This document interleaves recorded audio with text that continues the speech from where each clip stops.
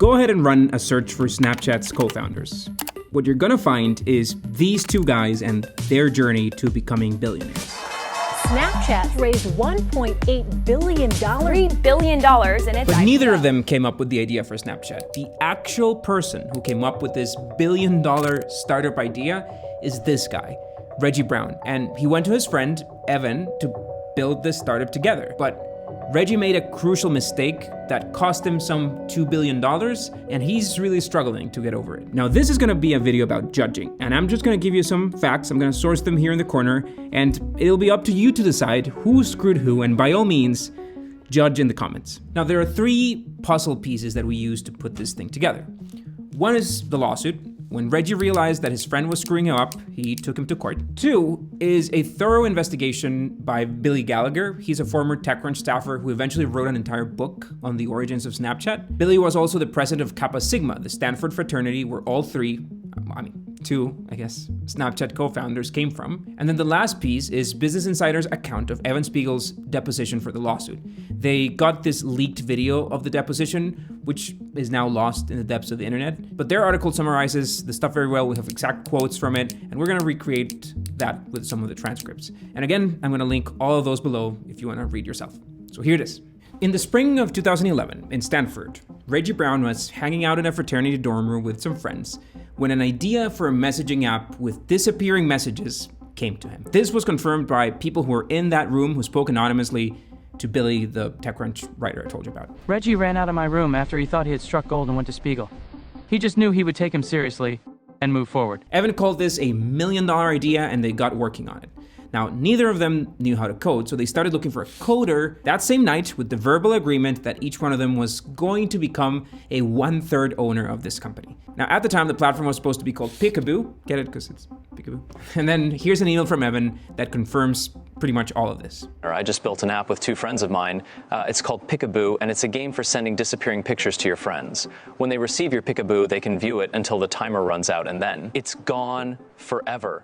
Fun stuff. Now that third friend was Bobby Murph, the other official Snapchat co-founder. But Bobby and Evan had a history. The prior year, they tried to build another startup called Future Freshman, and they had recently given up on it, but they had set up an LLC for that company, which is gonna be really important in a moment. Bobby was reluctant to join at first, but eventually he agreed to join in, and Evan was to be CEO, Bobby was to be CTO, and Reggie was gonna be marketing, something like CMO, Chief Marketing Officer. Now, just like Snapchat redefined communication, there's a startup called Artisan that's redefining the future of work. Artisan builds AI employees to automate the manual work that people hate. Now, they're starting with their AI BDR, Ava, who consolidates every tool that you need for outbound sales. Ava has a database of 300 million B2B contacts and can send personalized messages via email and via LinkedIn that touch on intent signals like their recent LinkedIn post, their fundraising announcements, company news, and more. You can think of Ava almost as another employee in your team. You can chat with her on Slack, you can ask her for updates on your campaigns, and you can have her hand off warm leads for you to build relationships with.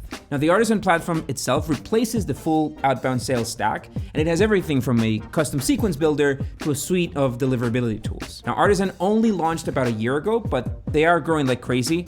They've raised around $12 million in venture capital, and their product is only getting better and smarter by the day. Ava is not the only one. They have a lot of other artisans in the pipeline for marketing, customer success, and beyond. You can hire Ava, their AI BDR, at artisan.co/talk2sales. And of course, thanks Artisan for helping us make today's video. So by the summer, the trio decided to move in together to work on the MVP. Now, for simplicity's sake and for cutting some costs, they just decided to use the LLC that Evan and Bobby had created earlier. They just renamed it from Future Freshman to Toyopa Group LLC. Now, an important disclaimer here is that an LLC doesn't deal with shares, it deals with percentage ownership. And it's not ideal for startups that are gonna try and raise money. We have a whole channel where we talk about this stuff, how to run a startup, how to build a startup, including on this video on LLCs versus C Corps if you wanna check it out. Now, Evan Spiegel's dad had a spare home in LA in Toyopa Street, hence the name of the company. By the way, I never had a spare home to start my own company with my friends, but anyway, they did. So it's around this time when Reggie apparently came up with the logo. At this time, Brown also conceived of and designed the logo for the application, the same logo that defendants continue to use for the application to this day.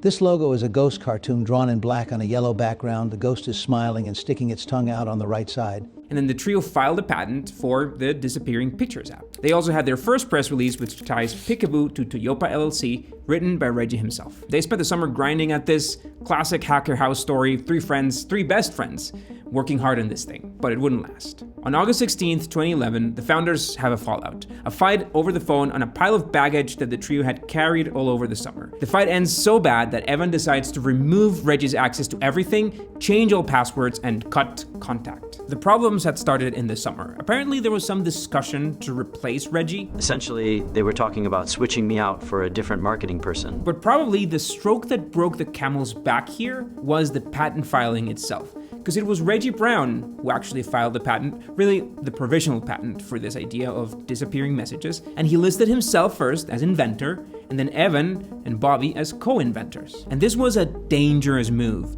for what Evan seemed to have been planning all along. Now remember that LLC that they were using, Future Freshman, Toyopa Group? That was Evan's and Bobby's LLC, but Reggie was never a part of this company. He was never a shareholder. They had gone through the trouble of changing the name of the LLC, but they never changed the ownership distribution. Other court documents in the future show that it was Evan's intention to do a 60-40 split with Bobby on this new company. But Reggie, his best friend who sought him to build this thing, he was not in his plans. Now, I'm speculating a bit here, but I believe that the patent filing could have been a smart move by Reggie to protect the invention if he was sensing that his friend was about to screw him up. He was legally not part of this business yet, and apparently he was deemed unnecessary. So if he held this patent to the IP, then they just couldn't ditch him that easily. Now, after the fallout, Reggie is out, but was he ever in, really? Anyway, at this moment, all he's lost really is some time, his idea, a friend, but Snapchat, or well, Peekaboo at the time, was worth nothing. It had about 100 users, mostly their own friends. Maybe it just never works out, and that's it. But the app started getting traction. 3,000 users in the fall, 30,000 users by January, and a $500,000 round of funding in March. By May, the company starts getting major press, New York Times, TechCrunch. But Evan knew that he had to be careful. In this New Yorker interview, he said that the idea came when a friend said, "I wish these photos I am sending this girl would disappear." No mention of the friend, no mention of the third co-founder. Ghosted. In the meantime, Reggie had no choice but to watch from the sidelines, and to his own demise, the provisional patent that might have saved his stake in this business didn't go through. This was of course in Evan's mind, because even after the fallout, he had emailed Reggie about the patent. Provisional patents rarely do go through, and taking a patent from provisional to completion is a long and very expensive process. Also, usually software patents offer very little protection. It's part of the reason why Stories pretty much ripped off Snapchat years later, because the patent they eventually got couldn't really protect them against that. We have a whole video about that if you want to check it out. And so by May 2012, Evan gets an email from Reggie. As I expressed to Bobby this past summer, I understood both then and currently that my role in the process was of a different nature, and was thus willing to accept a significantly less portion of equity than either of you. Unfortunately, these discussions lead to you changing the passwords to the accounts and servers, limiting any continued involvement on my part and cutting off communications. Due to this lack of communication up until the present day, and in protection of my interests, I have been forced to seek legal counsel with regards to this issue. In the summer, we had discussed a 40-40-20 equity breakdown. I am, however, willing to negotiate on this. There's no way that I can allow you, Toyopa Group LO, to continue seeking investment funding under the false pretenses that you uniquely own your intellectual property without us coming to an agreement. By all means, there are some threats in that email, but I think it's an honest email of an ex-friend trying to sort the matter out. Unfortunately, that's not the response that it got. A week later, Snapchat's lawyers responded saying that he had contributed nothing to the company. It's going to be a fight then. Now, over the next few months, Reggie Brown prepared his case, and Snapchat started gearing up to defend it. And in the meantime, Snapchat was growing like crazy. Series A round in February, a massive $80 million Series B round in June, that valued the company at $800 million. Now the lawsuit was filed in February. Snapchat's immediate legal reaction was to try and have the thing dismissed, but Reggie Brown actually had a case. Now, we know what happened next because the video of the depositions was leaked, and Business Insider did a whole piece about it. When Evan was asked if Reggie had been building an app with him and Bobby, he said that Reggie had not really been involved, and he was then shown this email. Who were the people that he was referring to? The legal team asked. Did you come up with the idea for deleting picture messages? No. Did Bobby come up with the idea? No, he did not.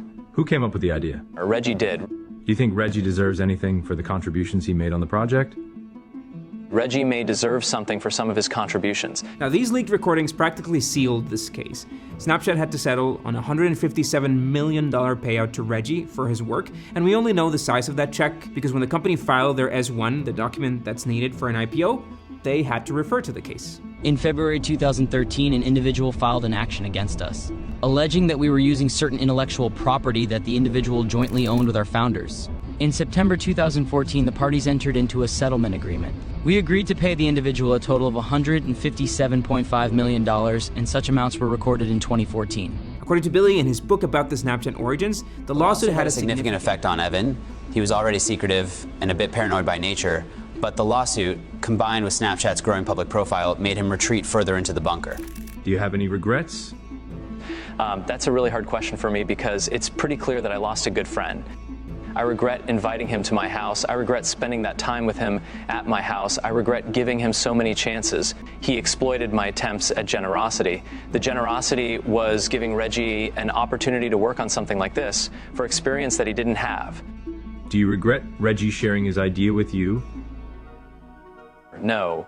As for Reggie, he's not doing great either, it seems. A feud with his neighbors, at least a Bentley and a Rolls-Royce crashed while allegedly drunk or on drugs, and eventually landing in rehab. Now, I think there's a very real question here. Does the idea creator deserve a chunk of the company just because they came up with the idea? Now, I'd expect that most of you guys will say yes, but I'm a big believer that the idea itself is not worth nearly as much as people think, and definitely not as much as the execution. Snapchat is what it is today because of the work of Evan and Bobby and the rest of the team, and another team might have taken this great idea and tanked it. Now, that being said, Reggie wanted to be in the company. His skills and his contributions might have been more limited than his friends, maybe / co-founders, but all this evidence says that he was there.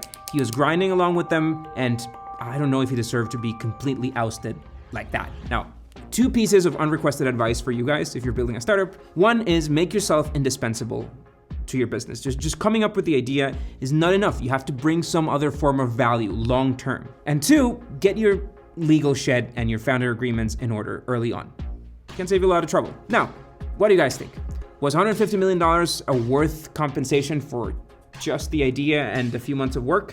I want to know. Drop it in the comments. And if you enjoyed today's video, you're gonna love our take on the Mark versus Saverin story and the trick that Mark used to screw him up. We'll catch you in the next one.